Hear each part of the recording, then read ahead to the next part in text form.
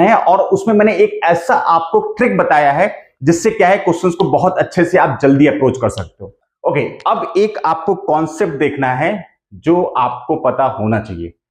Concept हमारे पास में क्या है, मतलब 2-3 बार तो हमको बोर्ड रफ करना पड़ता, देख के तो ऐसा लग रहा था, लेकिन नहीं भाई मेरे, आप समझो क्वेश्चन जो है वो आपको फंसाने की कोशिश करेगा, कंफ्यूज करने की कोशिश करेगा, लेकिन कंफ्यूज आप क्वेश्चन को करो यार क्या। हेलो दोस्तों, welcome back to the channel. एक बार फिर से स्वागत है आपका इस नए वीडियो में। आज की वीडियो में हम लोग MIT इंटीग्रेशन बी का एक और बेहतरीन क्वेश्चन देखेंगे। इस तरह क्वेश्चंस में मैं आपको एक बात बताना चाहता हूं कि पिछले कई सालों से इस पैटर्न का क्वेश्चन MIT इंटीग्रेशन बी के एग्जाम में पूछा जा रहा है। अब ये आपको देखना है कि अगर इस टाइप के क्वेश्चंस बन रहे हैं तो लास्ट वाले क्वेश्चन आप देख सकते हो, ठीक है, एक प्लेलिस्ट में है, आप उसमें जाके मैं उसको आई बटन में डाल दूंगा, आप उसको देख लेना। आप इतना बस समझ लेना कि वो क्वेश्चन इस तरीके के क्वेश्चन है और उसमें मैंने एक ऐसा आपको ट्रिक बताया है जिससे क्या है क्वेश्चंस को बहुत अच्छे से आप जल्दी अप्रोच कर सकते हो। ठीक है, चलिए क्वेश्चन स्टार्ट करते हैं। क्वेश्चन हमारे पास में क्या है, 1 + log x और 1 + log x dx है। देखने में तो ऐसा लगता है बहुत लंबी क्वेश्चन होगा, बहुत लंबा कैलकुलेशन होगा, जाके नहीं, छोटे फॉर्म में हमको करना है और विद लॉजिक करना है, तो इसलिए बहुत ध्यान से आपको ये वीडियो देखना है। ठीक है, चलिए सबसे पहले मैंने आपको पिछले वीडियो में ट्रिक बताया था, मैंने बताया था जब कभी भी आपको सिर्फ लॉग का टर्म दिखे, सिर्फ लॉग का टर्म दिख रहा है, तो आप क्या करोगे, आप सीधा सीधा log x को t ले लोगे, log x को t ले लोगे। बेस e रहेगा, जब बेस गिवन होता है तो बेस क्या रहता है, e रहता है। तो आप बताइए x इक्वल टू कितना आ जाएगा, e की पावर t आ जाएगा नहीं आ जाएगा। एक्सपोनेंट फॉर्म में मैंने कन्वर्ट कर दिया, लॉग कर सकते हो आप। So this is x equal to e की पावर t, डिफरेंशिएट करते हैं विद रिस्पेक्ट टू t, क्योंकि अगर आप यहां पर इसको t रखोगे तो dx को भी कन्वर्ट करना पड़ेगा, तो differentiate with respect to t हम लोग यहां पर कर रहे हैं और इसको i के इक्वल लेके चल रहा है। ठीक है, आप भी बताइए ध्यान से मुझे जरा कि इसको मैं डिफरेंशिएट किया तो dx इक्वल टू कितना आ जाएगा, e की पावर t dt, ये तो पता ही होगा, इसमें भी कोई इशू नहीं है। ओके, नाउ अभी क्या करते हैं हम लोग, वैल्यू पुट करते हैं, तो i इक्वल टू कितना आ जाएगा, 1 + log x को कितना एज्यूम किया, t, 1 + log और कितना आ जाएगा t, और dx कितना आ जाएगा, e की पावर t dt हो जाएगा। इसमें कोई दिक्कत होनी भी नहीं चाहिए क्योंकि मुझे पता है कि आपको इस चीज समझ में आ रही है। ठीक है, चलिए आगे बढ़ते हैं।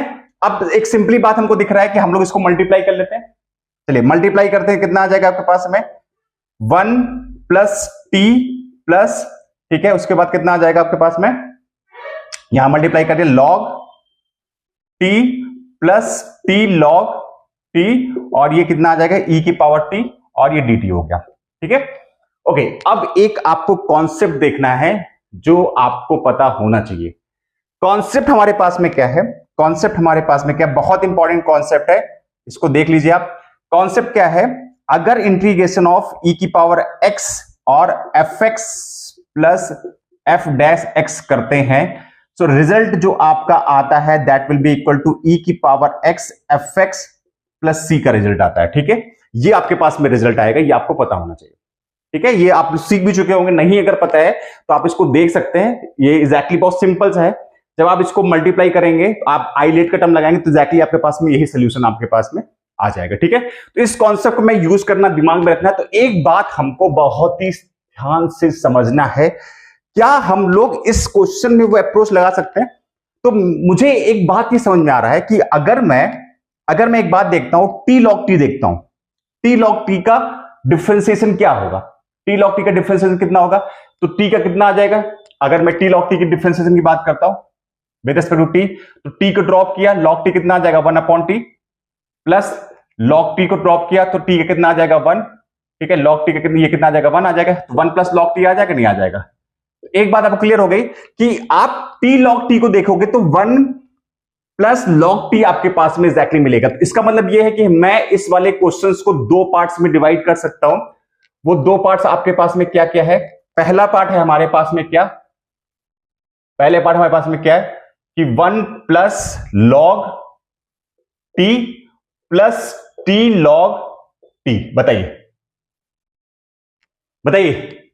कोई दिक्कत इसमें कोई दिक्कत नहीं होना चाहिए। ठीक है, ये वाला पार्ट मैंने अलग कर लिया, e की पावर t dt कर लिया। ठीक है, कर लिया। अब आपके पास बचा क्या है, आपके पास में बचा क्या है, t बचा हुआ सिर्फ, क्योंकि आप इसको यूज कर चुके हो, इसको यूज कर चुके हो, इसको यूज कर चुके हो, t बचेगा सिंपली। तो आपके पास में कितना टर्म बच जाएगा यहाँ पे, प्लस टी ई की पावर टी और ये dt बच जाएगा।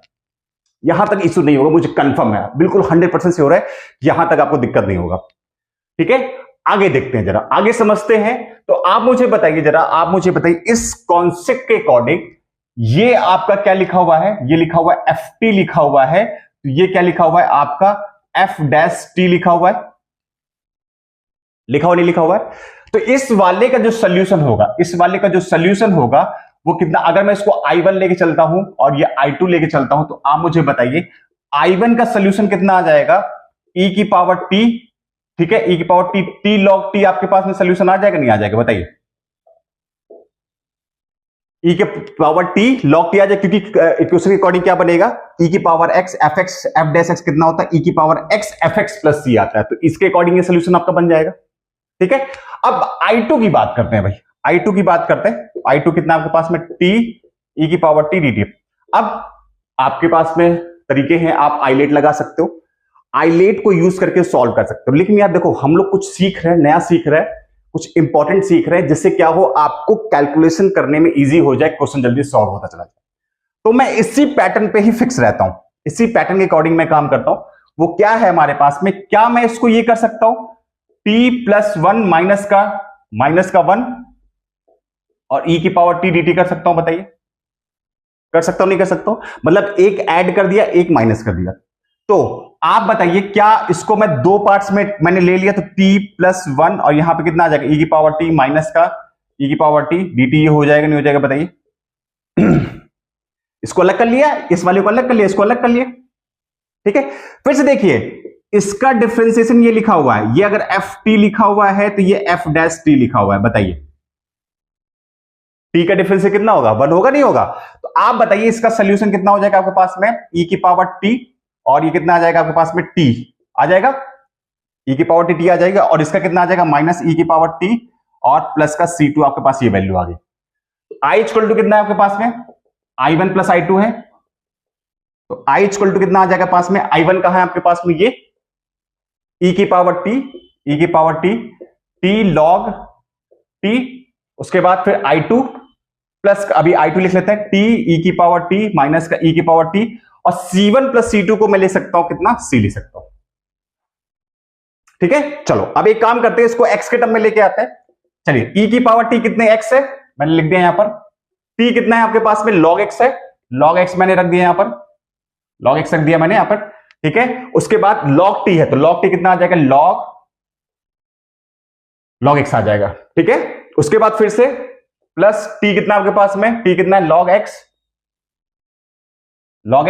और e की पावर t कितना x है, तो यहां पे x आ जाएगा, और माइनस e की पावर t कितना x है, और प्लस का c आपके पास में। This is your final answer. देख के क्वेश्चन ऐसा लग रहा था कि बहुत लंबा कैलकुलेशन जाएगा, बहुत लंबी कैलकुलेशन करनी पड़ेगी, मतलब 2-3 बार तो हमको बोर्ड रफ करना पड़ता, देख के तो ऐसा लग रहा था। लेकिन नहीं भाई मेरे, आप समझो क्वेश्चन जो है वो आपको फंसाने की कोशिश करेगा, कंफ्यूज करने की कोशिश करेगा, लेकिन कंफ्यूज आप क्वेश्चन को करो यार, क्या तुम्हारी औकात है क्वेश्चन, आप समझो, आपको अप्रोच पता है, कॉन्सेप्ट पता है, आप क्वेश्चन बहुत जल्दी सॉल्व कर लोगे, कोई भी इशू नहीं होने वाला।